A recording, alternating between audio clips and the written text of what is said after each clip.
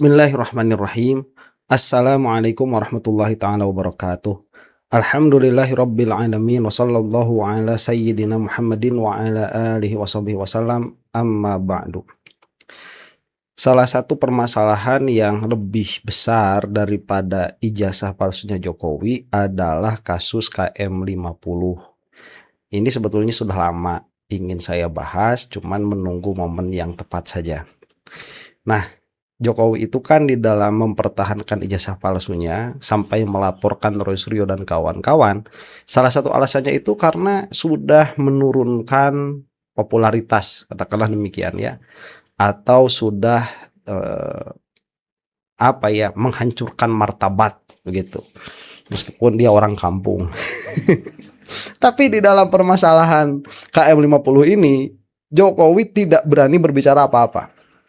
Ya, orang-orang akan mengatakan, oh karena Jokowi sabar. Gak sabar. Kalau sabar mah masalah ijazah palsu juga gak bakalan dilaporkan.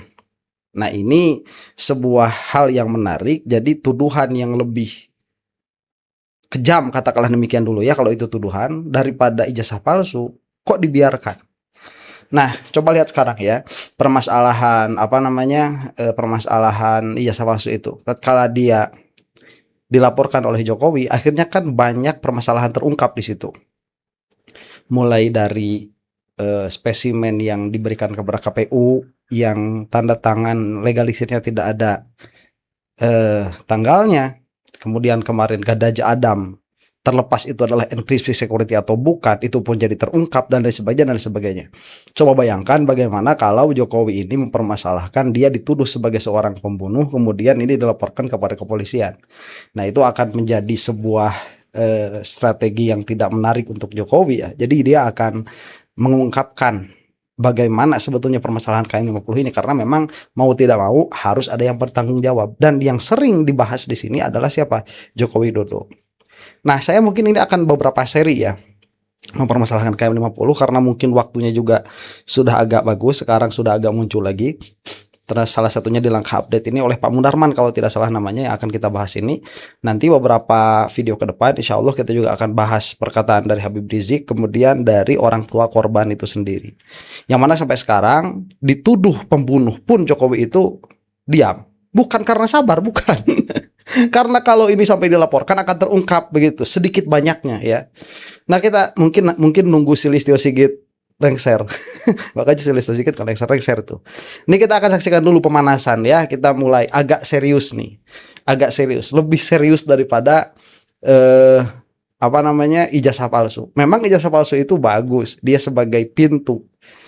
Bayangkan kalau permasalahan-permasalahan yang lain ini sampai diseriuskan sebagaimana ijazah palsu. Wah, udah habis Joko Widodo itu ya. Ini kita saksikan dulu sekarang nih, Pak Munarman. Bismillahirrahmanirrahim. Assalamualaikum warahmatullahi wabarakatuh. Waalaikumsalam. Alhamdulillah, Allahumma sholli wa sallim wa barik ala sayyidina Muhammad wa ala sayyidina Muhammad, amma ba'd. Jadi sebetulnya memang yang menuntaskan buku ini adalah timnya sahabat saya ini. Kalau di Jawa Barat ada KEM, kita ya ada KDM, ini KEM, Kang Edi Mulyadi. Ya. Ini teman aing ini. Kalau yang ono Bapak aing kan katanya itu. Ini teman aing ini. KEM ya. Teman aing. Nah, jadi memang tadi itu cerita tentang KM50 ini, kalau tadi sempat diungkap bahwa ini ada keterlibatan dari Badan Intelijen Negara kita, ya memang iya, karena saya itu mengalami 2 kali peristiwa yang melibatkan langsung Badan Intelijen Negara, ya, dan itu operasi pembunuhan. Satu itu peristiwa Munir Talib, ya, itu sahabat saya, waktu itu masih sama-sama di LSM. Itu meninggalnya juga tanggal 7 September 2004 itu. Munir Talib itu dibunuhnya begitu ya. Sementara KM50 7 Desember 2020. Oke. Ini sebentar, ini bukan tuduhan sembarangan ya. Ini adalah proses pembunuhan. Kemudian ada pattern tanggal di situ, itu tanggal 7. Cocokologi, terserah mau ngomong cocokologi atau tidak. Jokowi itu pengguna klinik. Ya. Ini sekalian lah, coba si Jokowi berani nggak ngelaporin, begitu nggak bakalan berani ngelaporin, nggak bakalan berani. Jadi sama-sama tanggal 7 nih. Ini dan semua pembunuhan atau peristiwa yang penghilangan nyawa yang tidak terungkap dengan tuntas itu biasanya melibatkan aparat negara. Ya, dalam peristiwa Munir saya ikut juga jadi tim penyelidiknya. Waktu itu yang bentuk timnya itu adalah SBY, waktu itu presidennya. Kita bekerja dan memang ternyata ada tangan-tangan dari oknum-oknum intelijen. Nah juga begitu di KM 50 ini sebetulnya motifnya, kalau Munir kan juga motifnya motif politik sebetulnya ya. Nah ini juga motifnya motif politik sebetulnya. Di buku ini memang kita tampilkan ya catatan-catatan awal. Bukti motif politiknya itu adalah misalnya ini ada sengaja memang di halaman, nanti kalau ada buku itu sudah dibagi ya di halaman 19, ini sayangnya belum dicetak lagi ulang ya. Kita harapkan ini bisa dicetak ulang lagi. Di halaman 19 ini ada dari PLT Kabinda DKI Jakarta. Ini tulisannya begitu langsung. Ini kita dapat dari mana? Ini kita dapatkan peristiwanya pada Jumat malam Sabtu itu, pada saat penangkapan agen-agen yang memantau di Megamendung.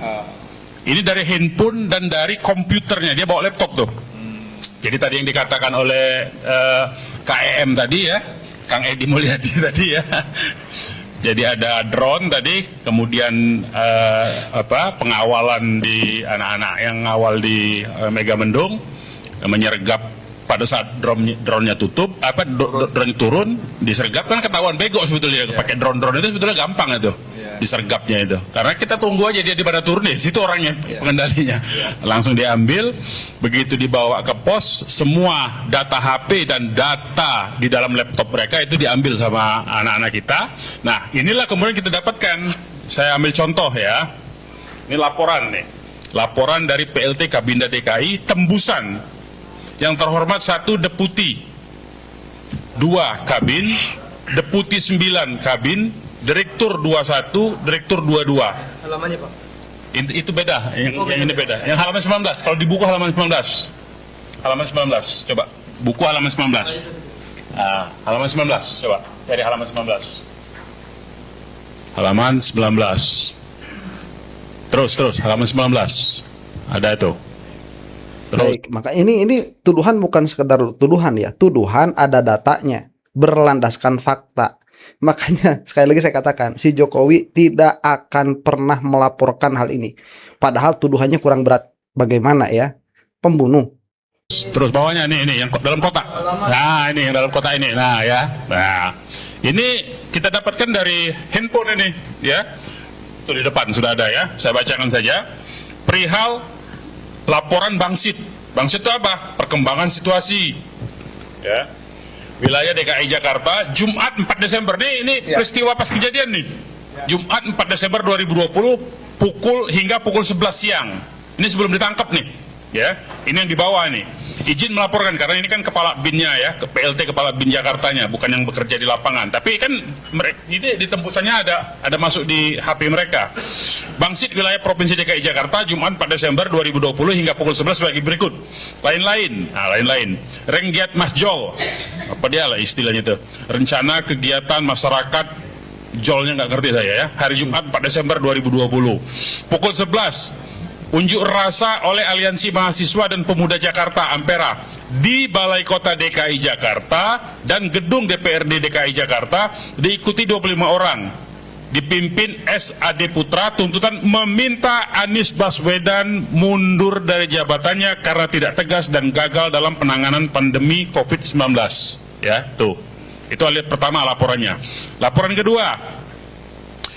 Pukul 13, Unras oleh Forum Aksi Mahasiswa 212, dia pakai nama 212, di kantor pusat PT Pelni Jalan Gajah Mada, diikuti 30 orang, dipimpin Avandi, tuntutan aksi menyikapi pernyataan Komisaris PT Pelni Kristia Budiarto tentang status positif COVID-19 Gubernur DKI Jakarta. Ya, itu yang kedua. Nah, di bawahnya lagi, ini ada lagi nih, ya, sama kepada yang terhormat itu. Ini WA, ini dari WA ya, Pak Bonar Panjaitan tuh, di paling ujung tuh ya, Pak Pak Bonar Panjaitan. Kepada yang terhormat Kasatgas Delima dari Kabak Ops Delima, Kepala Bagian Operasi ya. Perihal laporan briefing harian Satgas Delima pada 4 Desember 2020, nah hari yang sama itu sebelum ditangkap ya, pukul 17.55. Nah ini pada saat kita berkumpul di Megamendung itu, ini sedang dimonitor nih. Sampai ini kan pukul 18.15, ini belum ditangkap nih, karena ditangkap itu menjelang maghrib tuh ya, agen-agen. Di posko Satgas Delima Tebet, Jakarta Selatan, berlangsung briefing harian Satgas Delima, dipimpin Kabak Ops dan dihadiri 4 orang. Selanjutnya dapat dilaporkan sebagai berikut. 1. Kabak Ops menyampaikan sebagai berikut, tim Jaksik. Nah, Jaksik itu penjajakan situasi, ya, dan perkembangan, terus melakukan pemantauan di sekitar markas syariah Megamendung. Nah itu yang ditangkap tuh, yang itu tuh, tim Jaksiknya itu tuh. Dan terpantau adanya kontra dari personil BAT Intel FPI, ya. Untuk itu harus lebih hati-hati dan waspada. Ya ini waktu ini menjelang ditangkap itu, karena 18.15 tuh. B. Tim Lidik Monas Pendalaman PT Bahana Prima Nusantara, pemenang proyek revitalisasi Monas. Jadi ini yang kedua, ini apa yang B itu? Yang B itu adalah waktu itu Gubernur DKI Jakarta Anies Baswedan itu melakukan proyek revitalisasi Monas, dan Anies itu pada awalnya mau dihajar dengan isu korupsi ya ini. Sebelum isu korupsi formula itu, formula pembangunan formula di Ancol itu ya. Nah, kemudian tim propaganda. Nah, jadi mereka punya tim propaganda. Produk propaganda konten hari ini 6 video. Mereka produksi itu. Makanya jangan sembarang-sembarang tuh yang beredar hari ini, banyak-banyak video dari produksi mereka juga itu, ya. 6 video dan 11 meme. Tuh bayangkan tuh hari itu aja 6 video dan 11 meme tuh dia keluarkan tuh tim propaganda. Bertema pengakuan MRS. Tuh. Habib Rizik yang dimaksud ini ya. Positif COVID-19 dan Anies yang korbankan anak buahnya guna pertahankan jabatan. Jadi memang yang diincar itu waktu itu adalah motifnya motif politik. Ini kan tahun 2020. WA ini, data ini. Ini balas dendam, mereka masih tidak terima. Tahun 2017 itu Anies kalah dalam Pilkada DKI. Ahok kalah dalam Pilkada DKI. Anies yang menang, yang kita dukung waktu itu.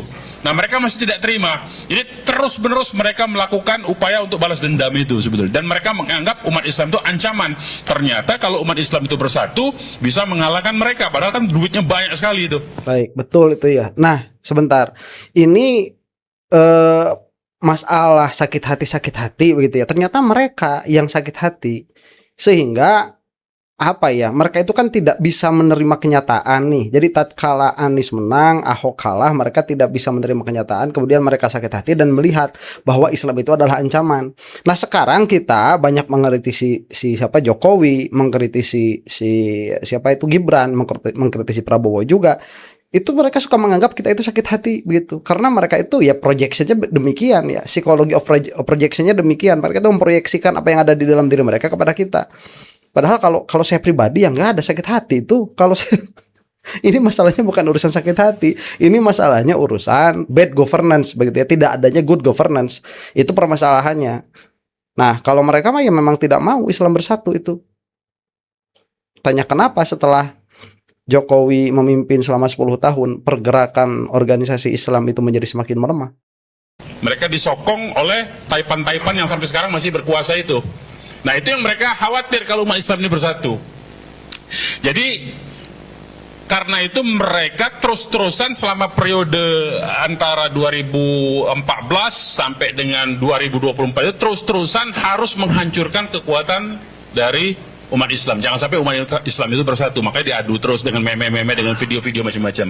Nah, jadi itu pekerjaan-pekerjaan itu. Dan waktu itu kebetulan kepala BIN-nya polisi, ya, Jenderal Polisi, Jenderal Bintang 4 Polisi. Jadi dialah, dan kita mendapatkan di buku ini sudah kita ungkap tuntas ya di buku ini, bahwa yang memerintahkan BIN itu operasi langsung presiden pada saat itu. Presidennya adalah Jokowi waktu itu. Nah, ya. Ini kurang bagaimana ya? Yang memerintahkan BIN saat itu, presiden saat itu siapa? Joko Widodo. Ini sudah tuduhan langsung, ini sudah bukan indirect lagi. Ini sudah tuduhan langsung. Jokowi ngapain? Nggak ngapa-ngapain, dia takut dia itu. Ini harus di up terus ya. Meskipun saya tidak tahu ini akan meledaknya kapan, saya tidak tahu. Cuman sedikit demi sedikit minggu-minggu ini agak mulai kenceng nih isu-isu KM50 diangkat lagi. Algoritma sudah mulai bermain ini. Memerintahkan untuk pites saja itu. Habib Rizik pites saja, Anies pites saja. Nah itu motifnya tuh. Makanya Kepala BIN dengan percaya diri mengeluarkan melaksanakan operasi delima ini sebetulnya. Ya, ini sebetulnya kode-kode mereka semua. Itu yang pertama. Jadi dengan kondisi seperti itu, misalnya tadi disebutkan oleh Kang Edi Mulyadi tadi ya, soal apa Komnas HAM. Komnas HAM itu ditanya pada saat turun dari lift dari lantai pemeriksaan, kita tanya, dia mengakui, ini kalau masih polisi kita masih berani panggil, tapi kalau udah badan intelijen kita nggak berani. Dia aja udah ngomong begitu. Komnas HAM, makanya kasus itu tidak diungkap. Makanya tadi kata Kang Edi Mulyadi, kenapa Komnas HAM tidak tuntas ya, karena dia takut memang untuk menuntaskan bahwa menyebut bahwa itu adalah keterlibatan dari Badan Intelijen Negara. Baik, ini juga perkataan keras ya. Komnas HAM takut. Ini pernyataan keras, direct semua ini. Ini tuduhan langsung semua. Pada waktu itu langsung itu oknum-oknumnya langsung dari pucuk pimpinannya ya, kepala BIN-nya pada saat itu. Nah jadi banyak sekali sebetulnya informasi-informasi yang disesatkan. Nah sekarang peran Kapolda pada saat itu dengan Pangdam Jaya pada saat itu apa? Itu tugasnya menyesatkan informasi. Jadi cara kerja mereka tuh yang satu membuat melakukan operasinya, yang lain menutupi operasi itu dengan cerita palsu. Jadi cerita palsu, tembak menembak, ada segala macam, ada pistol dari anak FPI segala macam, itu bohong semua. Memang sengaja mereka buat itu. Dan itu kita dapatkan semua, informasi-informasi itu ada di buku ini semua. Operasi-operasi itu. Kalau tidak salah, Jenderal Baligo itu ya kalau tidak salah tuh. Koreksi saya kalau salah. Jadi itu sebetulnya yang terjadi di dalam peristiwa KM50 ini. Artinya yang mau kita tegaskan, peristiwa KM50 itu betul-betul peristiwa operasi yang sengaja mentarget dan memang by design dari lembaga intelijen negara kita, ya. Karena itu kenapa misalnya setelah operasi itu, sebelum operasi itu bahkan ya, sebelum operasi maksudnya, sebelum peristiwa pembunuhan tanggal 7 Desember itu kan, saudara-saudara masih ingat semua, kita semua ingat, di depan waktu Habib Rizik baru pulang dari Mekah itu ada beberapa kendaraan tempur kan, di dalam itu, berdiri di depan itu digerakkan, itu yang kendaraan tempur yang bisa bergerak itu milik dari yang disebut dengan Komando Operasi Khusus, Koopsus namanya. Koopsus itu yang bisa memerintahkan Koopsus bergerak itu hanya Presiden. Kalau Kopassus itu Panglima TNI. Kalau Koopsus itu Presiden. Ada di perpresnya itu tentang pembentukan Koopsus. Jadi ini semua langsung perintah Presiden. Kenapa kita berani simpulkan ini perintahnya perintah Jokowi sebetulnya? Nah, kenapa tidak bisa diungkap ya? Karena memang kekuatan Jokowi masih berkuasa hingga hari ini. Nah, ya, kekuatan Jokowi sampai hari ini masih berkuasa. Baik, itu sudah tidak perlu kita jelaskan lagi ya. Salah satu upaya si Jokowi ini untuk menutupi kejahatan-kejahatannya selama jadi presiden, ya dengan cara tidak melepaskan kekuatan itu pada pemerintahan yang ada sekarang. Bayangkan ya, kalau jangankan tidak ada Gibran lah, jangankan nggak usah misalkan lawan politiknya Jokowi secara langsung menang begitu, katakanlah Anies lah, jangankan Anies menang, Prabowo saja kalau tidak ada Gibran itu habis sudah Jokowi itu. Makanya sekuat tenaga dia itu ingin terus menerus kekuasaan itu ada di dalam keluarganya, karena jika tidak dia hancur. Dan sudah sepatutnya kita sebagai anak-anak bangsa ini mendahulukan kepentingan negara daripada kepentingan keluarga. Data-data ini semua ya, data-data tentang KM50 segala macam ini waktu saya ditangkap diambil semua, padahal nggak ada hubungannya kan, saya dituduhnya teroris. Tapi peristiwa KM50 yang diambil semua data-data saya. Habis semua hilang data-data yang terkait dengan KM50. Hasil penyelidikan saya, data-data yang semacam ini tadi. Mana yang tadi? Coba tunjukin yang chat bin tadi itu, yang saya kirim tadi. Itu, ini semua data hilang. Untung ya dikira kita bodoh kan, makanya kita simpan banyak-banyak nih di tempat lain. Jadi kalau hilang di saya masih ada tempat lain, biarin aja ya. Nah ini kita ungkap. Kenapa kita tahu bin? Jadi begitu kita ungkap data-data, di sini juga kita keluarkan kartu-kartu anggota bin yang ditangkap ya waktu di Megamendung itu. Itu ada di halaman berapa? Coba cek. Ada tuh kartu-kartu anggota BIN. Nah, beberapa saat kemudian orang-orang BIN itu langsung semua kartu BIN itu nah ini di halaman 67-an. Coba Wan. Di halaman 67. Coba. Langsung aja ketik halaman 67 coba. Langsung bisa. Oh gitu. Nah, coba 67. Nah, 67.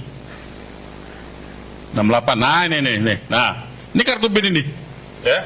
Kartu BIN ini begitu ini kita bongkar malam itu yang kata Edi tadi, itu langsung seketika itu juga besoknya semua kartu anggota BIN langsung diganti dengan yang baru dan bukan seperti ini, dan ini dinyatakan palsu, ini BIN palsu katanya. Nah, itu cara main intelijen namanya, ya.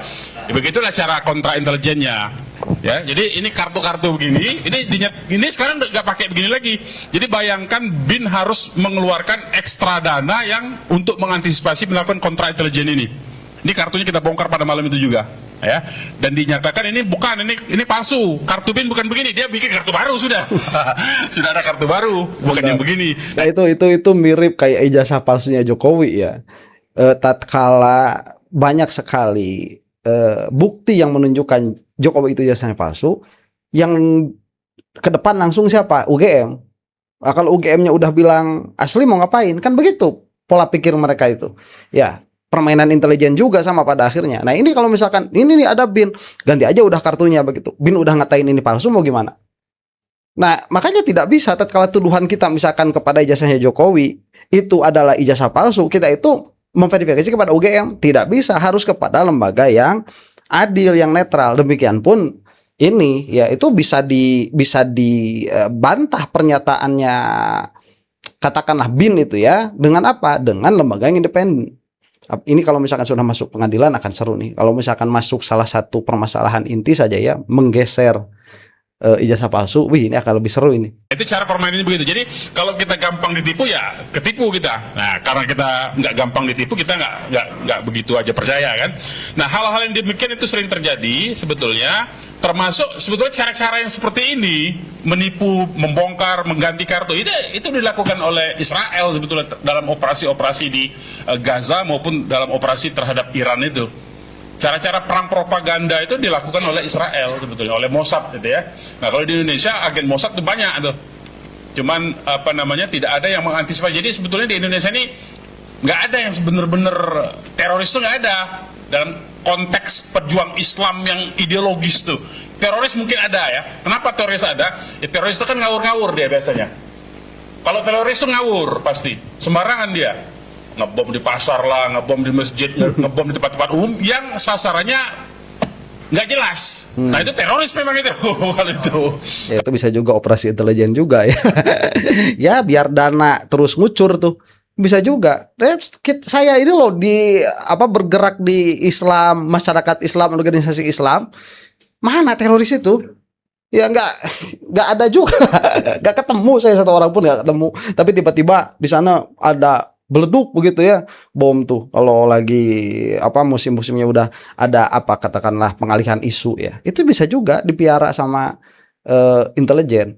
Bisa jadi saya katakan ya. Kalau itu memang teroris itu nggak jelas tujuan, tapi misalnya sudah jelas ada agen-agen Mossad yang berani bicara di TV beberapa waktu yang lalu, waktu ini ya kita nongol lah di iNews kan, dengan gagah berani dikasih tempat, tapi kan ternyata aman-aman aja di Indonesia. Nah, berarti di Indonesia tuh nggak ada memang yang katanya orang berideologi Islam garis keras tuh nggak ada. Yang ada teroris, ya teroris peliharaan mereka sendiri, ya teroris itu peliharaan mereka sendiri. Yang anak-anak bodoh. Sebentar, kalau ideologi garis keras dalam pengertian teologi ada tuh si Wahabi tuh, si Wahabi tuh. Oh, dikompor-komporin, jadi melakukan, kemudian ditangkap juga sama dia, kan bodoh itu namanya. Dikompor-komporin mau, tapi ditangkap juga sama dia itu. Nah, itu teroris versi mereka. Jadi pengantin. Jadi di Indonesia ada badan peternakan teroris itu namanya. Itu. Itu ada itu. Mereka begitu tuh. Jadi ada yang tugasnya memprovokasi, melakukan radikalisasi, ada yang tugasnya nangkep. Memang terpisah itu. Nah, itu permainan mereka begitu. Tapi yang dituduh itu adalah Islam. Yang dituduh adalah seperti saya. Badan bukan saya ngomong ya. Nah, jadi kira-kira begitu ya.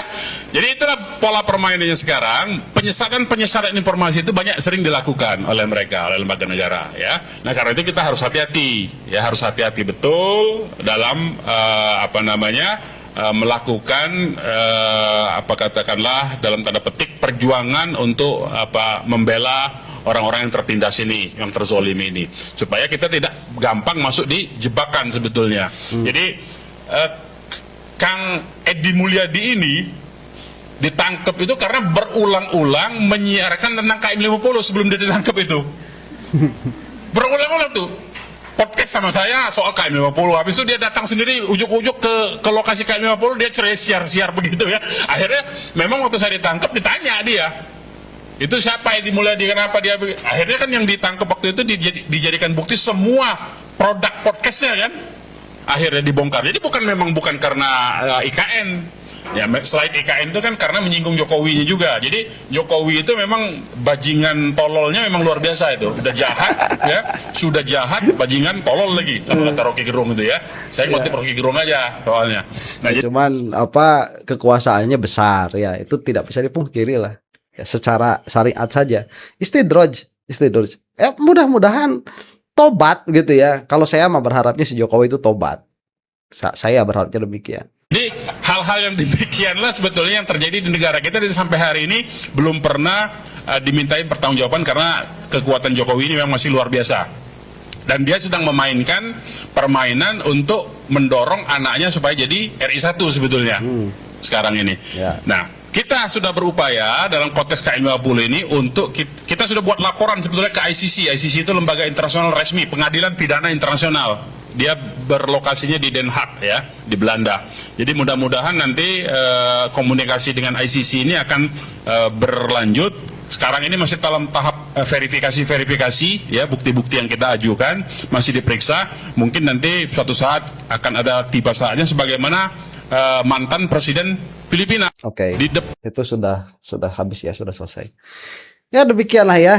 Ini sebagai bukti saja, permasalahan KM 50 ini juga tidak berhenti sebagaimana permasalahan ijazah palsu, cuman algoritma masuknya ke ijazah palsu. Ini kalau didorong terus, kalau kita memiliki lebih banyak lagi kekuatan di dalam media massa atau di dalam media sosial, algoritma akan terbentuk dengan sendirinya. Nanti akan ada tekanan. Mudah-mudahan pas Listio Sigit turun ya, ini naik. Demikian, mudah-mudahan kita semua ada dalam mahfirah Allah Subhanahu wa taala. Wallahu taala alam bisawab. Assalamualaikum warahmatullahi taala wabarakatuh.